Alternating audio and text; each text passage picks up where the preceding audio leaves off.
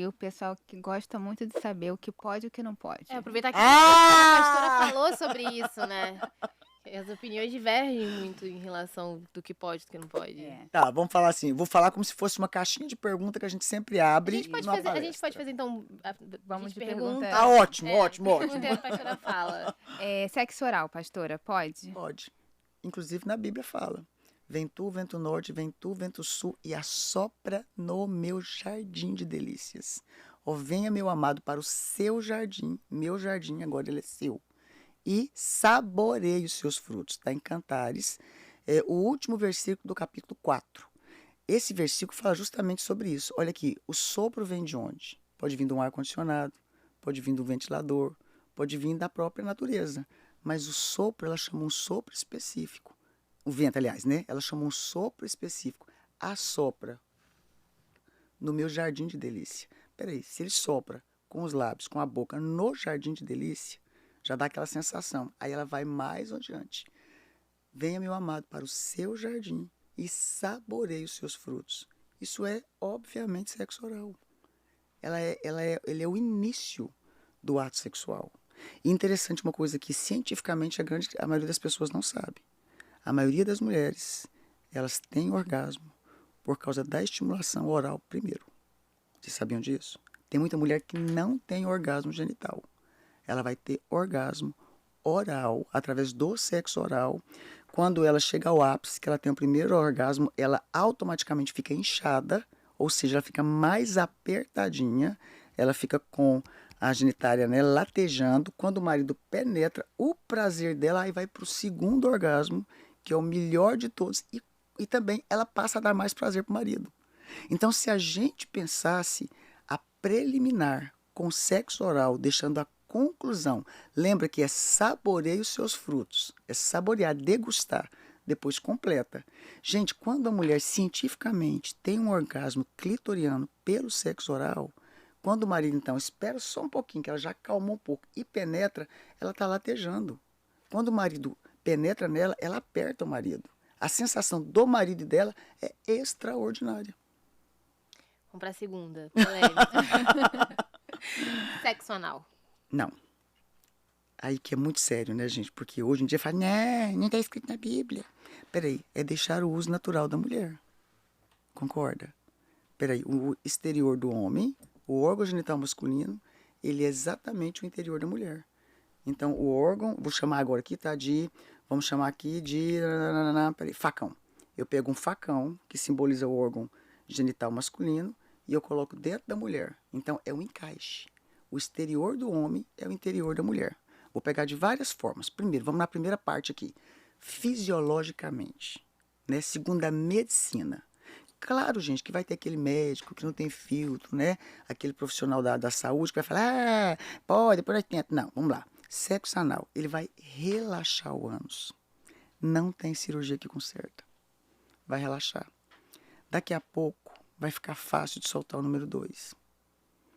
Sexo anal traz uma doença chamada endocardite bacteriana, que é um tipo de infarto pela bactéria. Pode lavar o que for que não vai ficar 100% limpo. Por que você acha que tem tanta gente? Nossa, deu um infarto uma vez, estourou o coração de uma vez. Não, gente, pergunta um urologista sério. No nosso time nós temos um dos melhores do Brasil. Se chama endocardite bacteriana. Sem falar de tantas outras doenças que dá na parte fisiológica. Outra coisa, ele não proporciona aquele prazer assim para a mulher, não. Às vezes a mulher fala que tem prazer é porque lá na infância ou na adolescência ela teve um abuso sexual anal, às vezes até com o dedo, tá?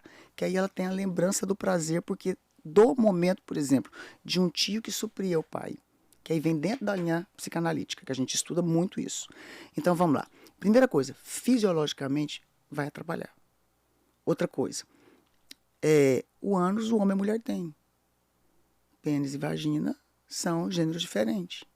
Daqui a pouco, um homem que fica fazendo sexo anal na esposa, daqui a pouco não faz diferença para ele se é um ânus ou uma vagina. Isso é comprovado na linha psicológica, na linha da psicanálise. Quantos pacientes que eu tenho que já disse, doutora, eu comecei assim, depois me desenvolvi uma tara por homem. Por quê? Porque a mulher relaxou. Aí tipo assim, será que deve ser bom mesmo? Por que tá todo mundo experimentando? Gente, sem juízo de valor, tá? Aí outra coisa, eu tenho pacientes meu. Tem um caso muito sério que eu atendi, que o cara casado com a esposa fazia sexo anal nela, ela não gostava, mas aceitava, não é pecado e tal, tudo bem. Daqui a pouco, ele começou a pegar cenoura e colocar nele. Ele começou a pegar aquela pontinha do papel higiênico antiga, lembra, durinha? Bem, hoje é bem mais moderno, né? Uma ponta como se fosse isso aqui, ó, do microfone, e começou a enfiar nele. Aí o que ele falava? Na consulta. A mulher descobriu por quê. Porque ela era massagista, ele pegou o cabideiro daquele de pôr roupa, fez o sexo anal e colocou lá e não limpou. Aí tinha uma cliente dela pra fazer massagem em casa, ela tirou a roupa, jogou lá. Quando ela tirou a roupa da mulher, suja de fezes. Ela correu no banheiro, pediu desculpa, lavou, secou e entrou em crise. Foi pro consultório. Ela falou, peraí, fui traída por um objeto. Aí, não, arrasada. Falei, vê com seu marido se ele tem coragem de vir pro consultório. Ele falou pra mim, falou, não, eu pus cenoura, eu pus outra coisa, mas não tô pecando, é um objeto. Ela não tá lá em casa, desenvolvi tara. Aí vai pro vibrador. Tá entendendo tanto que é sério? Uma coisa puxa a outra. Por isso que é importante falar, gente, realmente com a base científica, na área fisiológica, na área psicológica. Aí agora vamos para a parte bíblica, que eu costumo deixar por último, porque eu já falei para você sobre fisiologia, já falei sobre a questão emocional, dos riscos emocionais. Agora vamos para cá, né? Porque o pessoal fica assim, ai, que chato, Deus não estraga prazer. Não. Deus, quando ele fala que não pode, é porque ele já sabe para onde que vai o problema. Biblicamente é deixar o uso natural da mulher. O uso natural foi feito para ser o encaixe perfeito. Aí a pessoa fala, e outra coisa, né? Mas assim, pode e tal. Aí a pessoa vai para a parte da sodomia, como se fosse só dois homens praticando ato sexual. Não, se você for olhar, o significado da palavra sodomia significa, né? Perversão sexual usando o aparelho excretor. Ou seja, vai ter uma definição bem completa de sexo anal entre casais héteros ou não. Então, sodomia não é aquela interpretação que a grande maioria fala, não, gente. O sexo anal, ele biblicamente também é proibido. E, gente, vou te falar uma coisa, se a gente deixasse essa parte para lá, tá? Não fala assim, tá, agora esquece, segura a parte cristã. Por exemplo, eu atendo pacientes como sexólogas que às vezes o casal não é cristão. Eu não vou entrar nesse juízo de valor. Mas é quando eu mostro a parte fisiológica e a parte psicológica, mesmo que eles tenham o máximo de temor a Deus, ou não tem, quer dizer, sei lá, né? Você não precisa nem entrar nessa parte, eles não querem mais. Argumento suficiente. Só argumento eles já sabem. Então, o que me preocupa muito hoje é muita gente querendo saber algumas coisinhas, né? Mas fiquei sabendo que isso aqui, aquilo outro é bom, vou tentar experimentar. Por que não faz bem feito que pode? Gente, um casal, por exemplo, uma preliminar de um sexo oral muito bem feito, o casal consegue ter 20, 30 minutos de vida sexual, de ato sexual. Tem orgasmo 4, 5 vezes, não tem nada melhor na vida. Por que não experimenta fazer bem feito que pode? A senhora até falou, vibradores. Então, vibrador é um objeto que a pessoa vai colocar na relação, ou seja, um terceiro, né? Não, mas aí a gente aperta ele, tem movimentos diferentes. Pois é, mas nenhum vibrador, nenhum, meu Deus, é uma concorrência desleal. Porque um vibrador, ele traz uma sensação extremamente diferente, porque é um objeto. Ele tem uma potência, né? Seja a pilha, né? Ele tem uma potência lá dentro. Nenhum órgão genital, quer dizer, vai fazer nem 50% do que o vibrador faz. Então, botando um vibrador dentro de uma mulher, ela vai ter muito mais prazer do que o objeto do marido dela. Aí daqui a pouco sai um de terceira geração, quarta geração, 3D, o que vai acontecer? Então, é um caminho sem volta. Não convém. Por que não aprende a ter prazer? O problema é que é muito... E sem falar, gente, que o vibrador, além de lhe dar um prazer que ela não vai ter com o cônjuge, é uma concorrência desleal, nenhum vai ter, porque é um objeto que tem a potência, né? Você sobe, você diminui, o outro não vai atingir, sem falar que daqui a pouco pensa assim, bom, mas é um vibrador, e se a gente pôr um terceiro aqui? Se a gente botar aqui, né? Teve um casal que me procurou, gente, no consultório, que o cara teve coragem de falar para a esposa, adultério é escondido. Se eu tô consentindo com uma pessoa que nós dois nunca vamos ver mais na vida, só para me matar minha curiosidade, não é pecado. Eu entrei em crise 3 dias. Eu falei, Deus, o senhor voltou e eu fiquei. O que está acontecendo com essa geração?